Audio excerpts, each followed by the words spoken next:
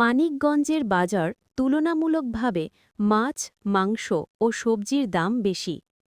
মানিকগঞ্জ জেলা প্রতিনিধি আজাহর হোসেনের প্রতিবেদনে। মানিকগঞ্জ ২৫০ শয্যাবিশিষ্ট সদর হাসপাতাল সংলগ্ন বাসস্ট্যান্ড কাঁচাবাজারে মুরগি, গরু, খাসি, রুই, পাঙাশ, চিংড়ি, তেলাপিয়া মাছ, লম্বা বেগুন, আলু, কাঁচামরিচ, শসা, গোল বেগুন এবং সাদা ও লাল ডিম শীত মৌসুমে তুলনামূলকভাবে সরবরাহ অনেক বেশি, তবে বিক্রি হচ্ছে চড়া দামে।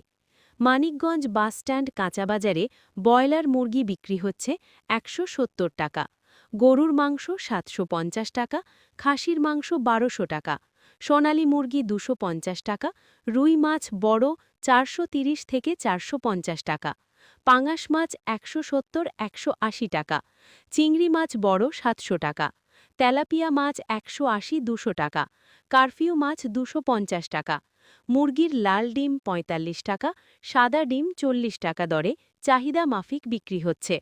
শাকসবজির মধ্যে লম্বা বেগুন ৫০-৬০ টাকা, গোল বেগুন ১০০ টাকা, কাঁচামরিচ প্রতি কেজি ১০০-১২০ টাকা, শসা ৬০-৭০ টাকা, গোল আলু ২০-২৫ টাকা।